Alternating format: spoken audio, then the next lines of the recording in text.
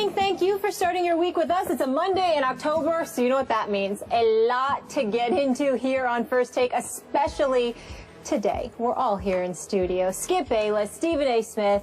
I'm Molly Karam. Good morning, everybody. Good morning. How y'all doing? I'm going to shake your hand now because I got an idea. I won't want to shake it in a couple of minutes. I can't let you. You can't? Because I don't want you to get sick. You know I'm mother. Oh, you're sick? Exactly. Oh, I could have gotten you sick, but I looked out. And I didn't do that. You got me sick enough last night. Appreciate that. But yeah, with those tweets. Yeah, I cannot promise, even on a day like today, that I'm not going to make you sick. Because I must tell you, I am looking forward to today's show, especially with this subject. Well, I shouldn't say especially. This comes second today. The stage is yours. But I can't wait for this one either. All right, gentlemen, let's do it. The Cowboys losing the Superdome in overtime thanks to C.J. Spiller's 80-yard TD reception. Stephen A. Smith, what happened to those Cowboys? I mean this affectionately. I want to make sure we all understand that I certainly don't wish, physical harm on anybody when I'm making jokes about the Dallas Cowboys in the interest of just making sure we get that out the way. When I call them an accident waiting to happen, I'm just saying what can go wrong will go wrong. I don't wish any harm on anybody. I don't wish Sean Lee to go down yet again with concussion issues. I don't wish Lance Dunbar to be out with an ACL and an MCL injury and probably out for the year. I don't wish bad things on the Dallas Cowboys in that regard. But I will acknowledge to you that when they lose, and they seem to reinvent ways to pull it off that way, it is somewhat comical to see, Skip Bayless. I'm thinking about a Dallas Cowboys team, Skip Bayless, that was, 91 yards away. They were 7 points down, and you had a backup quarterback in Brandon Weeden that needed to sit up there and drive this team down the field. I reminded you that it was the Saints. I did pick the Cowboys to win this game. You accused me of jinxing them. And you did. And I will openly confess that that's exactly what I did, and it's a beautiful thing to realize. I didn't wish to jinx them in that way where the injuries were taking place, but I did wish to jinx them in terms of the outcome. I'll openly confess that. But never in my wildest dreams, Skip Bayless, did I think that it would go down the way that it went down. For Brandon Weeden to drive them 91 yards. You understand? To connect with Williams on that TD pass in the right corner. To connect with him on a 24-yard pass. Before that, if I remember correctly, Cole Beasley and him hooked up on a 17-yard pass. Jason Witten and him hooked up on like a 29-yard pass. All of this went on in the same drive where Brandon Weeden, who had a relatively pedestrian game, didn't make any turnovers, but at the same time, there was nothing great about him up to this point. The dude showed up when it counted most, Skip Bayless. And somehow, some way, he didn't look like a reserve. He looked like somebody, Molly, Skip, that was capable of leading these Dallas Cowboys, that was capable of filling those shoes of that dude on the sideline with the sling in his arm, with the microphone in his right hand, shouting instructions, because he's usually the starting quarterback. His name is Tony Romo, by the way. You know, when I saw these things transpire, and I saw the Dallas Cowboys tie it up, I started laughing because I said to myself, you know something? There's plenty of time for Drew Brees to drive this team down the field. What a cruel, cruel ending it would be. But you know what?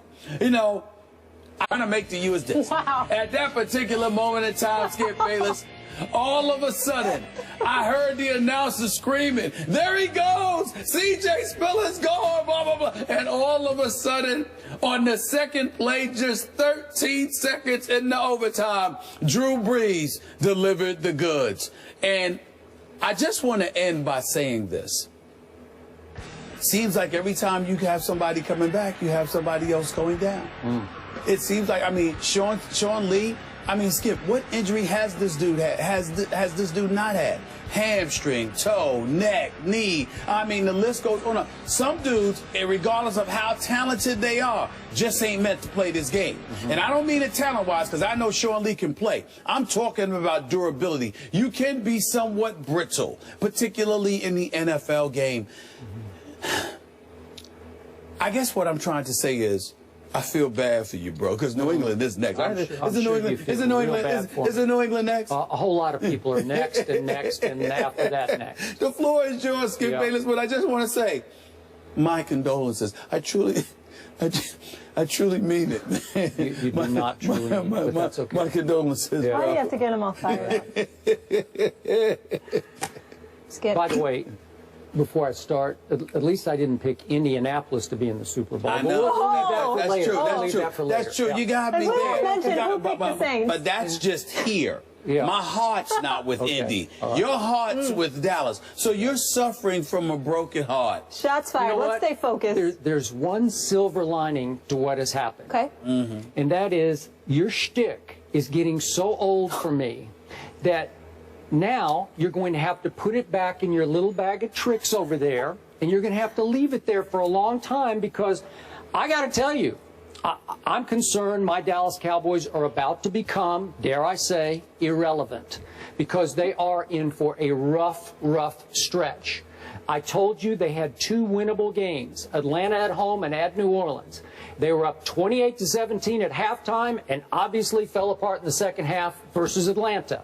And last night they went to overtime, and as soon as Jason Witten called tails, you got to always call heads. It's always heads. I can't prove that mathematically, but it just always seems to be heads on the overtime flip. He calls tails, it's heads. I said, I'm cooked, because they weren't going to stop Drew Brees at that point. I'm sorry. Okay. I just have a quick question.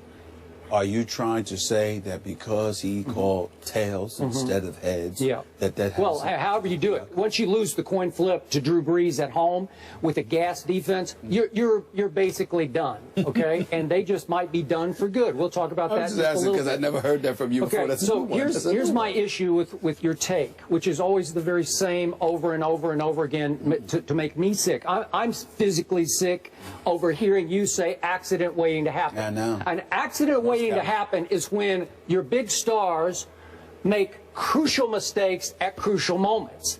Last night, my Dallas Cowboys, with no big stars left, had 0 turnovers at New Orleans. I thought that was pretty good, which leads to my bottom line off last night.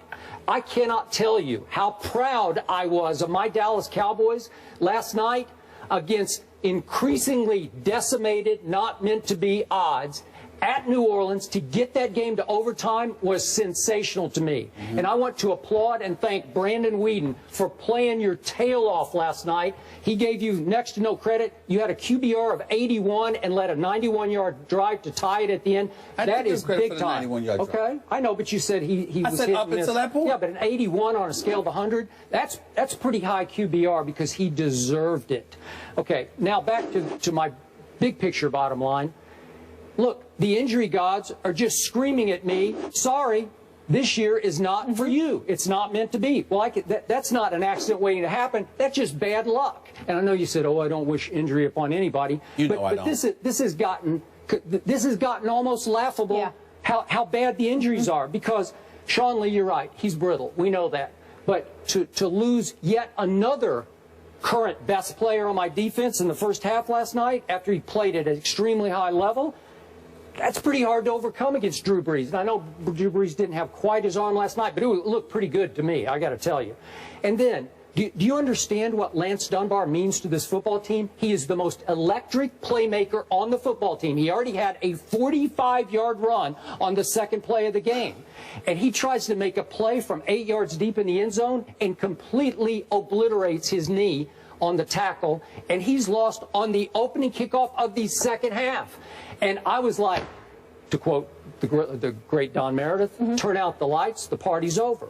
But guess what Brandon Weeden did 2 series later? Wait a second. He goes bombs away to Bryce Butler, and I tried to tell you when they acquired him, he can fly. He's 6'3", you know, he's a stud. He just needed to figure out how to play. And here he is, bombs away. And guess what happens? He gets hurt. He pulled his hamstring on this play. I thought he was going to score, and he couldn't go anymore, so he just stepped out of bounds. He should have scored. Well, that would have made it 17-10. That would have given me a little more cushion than 13-10, because, of course, they coughed at that point and ended up with a field goal. Well, 17-10 might have put a little more pressure on you and the Saints at that point. So then, my quarterback obviously leads the drive. Game is tied. Their kicker did miss a field goal, but we gave them, with 12 men on the field, we had just given them a field goal a little early in the game, so I thought that was a wash. Then Jason Witten lose the overtime flip, and guess what happens on the first play of overtime, one that you omitted? Andrew Getchgar, who is my backup to Sean Lee, backup linebacker, gets picked on the play. I don't know if we have that one. He gets picked and just gets hammered. And he limps off the field. Okay, now you have to throw Damian Wilson, your third-string rookie linebacker, back into the game. He's a nickel linebacker. And you have to say, on the fly, who do you have? Who do you have? Oh, wait a second. I'm supposed to cover, oh, yeah, C.J. Spiller. And he's gone by, and before he even figured out what his assignment on the play was, and it's a home run, and the game is over. Well, what do you think is going to happen? Like, what can I do about that? My third-string rookie linebacker is trying to cover C.J. Spiller. That's just the injury god saying, I'm sorry. This one's not for you, Mr. Bayless. You're out this year. You're done. You know, well, I can't fight that. Tell me what I'm supposed to do. I can't. It's just one thing. Those aren't accidents waiting to happen. That's just saying this is not your year. This team, listen, if this team had stayed whole as it did most of last year, it would run away with this division. Trust me, it would win it by 2 games. I agree. Okay, now it's not only is it up for grabs, but my Cowboys are in danger of plummeting now into the cellar of the NFC East, and I know we're about to talk about that. Well, I appreciate your passion, and I'm definitely touched by you know, just the way you chronologized everything and pointing out the plethora of injuries that have taken place with the Dallas Cowboys. But I'd like you to keep in mind, and I'd ask you to keep in mind, Skip Bayless, that when I say that the Dallas Cowboys are an accident waiting to happen, I don't just leave that statement out there. I go about the business of articulating my positions in a very vivid manner so we can understand exactly where I'm coming from. I have repeatedly told you, since the day I started on this show, that when you look at the Dallas Cowboys, whatever can go wrong will go wrong. That is what I have said. I have gone on the record and said miraculous plays that work against them, injuries at inopportune times, bad plays at inopportune moments, etc., etc. I have repeatedly stated over and over and over again that something will go wrong with this organization, because when your foundation is what they have been about, then it's going to cost you. Yes, you paid, you listen to Tony Romo finally, and you got him an offensive line. But you know what? What about karma, Skip Bayless? What about sitting there and not, don't get me wrong, I understand that DeMarco Murray looks bad in Philadelphia, but he didn't look bad in Dallas. Well, you know what? Dunbar going down, I understand that. Whatever struggles Randall may have had, even though I think he's been okay. Would you didn't have that problem last year when DeMarco Murray was back there running the football. But see, what happens is he broke his hand, by the way. What happened? Yeah, but he still played. He still came back and played. And what I'm saying to you is that when you don't take care of the people you're supposed to take care of, when you don't do the things that you're supposed to do, bad things end up happening sometimes. It's applicable to everything else in life. Why would it not be applicable when it comes to the National Football League? When you look at the Dallas Cowboys, yes, you've got Sean Lee, who's relatively brittle but very, very gifted. We understand that, okay? But to get down with the concussion issues, okay? You look at a Rolando McClain, he's coming back. A Greg Hardy, he's supposed to come back, but we know why they're gone. Along with Randy Gregory, his foot, we know why he's gone. Orlando Scandrick, that's unfortunate because he's a good guy as well as a really good corner. He's no prime time, but he's good, okay? But he's down. I'm just looking at it from the perspective of there was so much that went right with this team last year. All you had to do was be about the business of standing pat and coming back and going for it. But it's more hype, more bluster, more whatever you want to call it.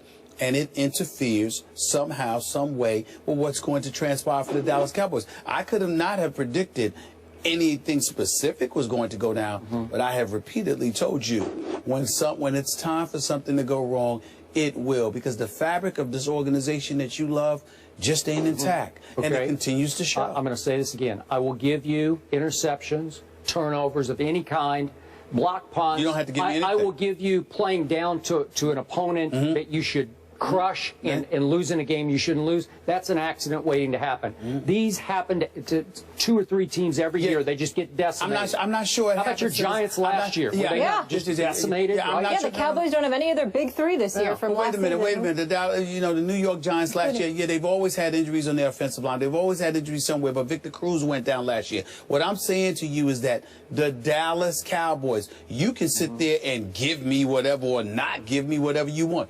Unfortunately, Skip Bayless, much to your dismay, you don't get to make that call because I am going to continue. I get to forever correct your call. No, that's what I get. Well, you can do whatever you want to do. I'm going to say what I'm going to say. And you can say what that's you what want I'm to trying to say. That's You're fine. going to get nauseated with correcting me about the accident because I kept telling you. And by the way, they're going to come back. Des Bryant's going to come back. Tony Romo's You sure about that? I believe this. I'm just telling you what I believe. I think Tony Romo's going to come back. I think Des Bryant's going to come back. I think Greg Hardy and Randy Gregory and Rolando McClain definitely back. I think they're going to be, I'm talking about not just return, but I think they're going to last. And right when you expect it, when you don't expect it, something's going to go wrong again because that's what happens with the Cowboys. This is what happens. Last quick thought. Sure. If you put DeMarco Murray on a lie detector right now, he'd want to be back in Dallas. I should have taken a little less money to stay home. A little less. Yeah. A little less. And I don't know what a little less was. But not as little as Jerry Jones wanted to give him. I get that. See what I'm saying? Yeah. Yes. Maybe so. So New England at Dallas, that's 4:25 on Sunday. The Cowboys now have lost 5 of 6 against the NFC South. So the Cowboys, Giants, and Redskins, as we mentioned,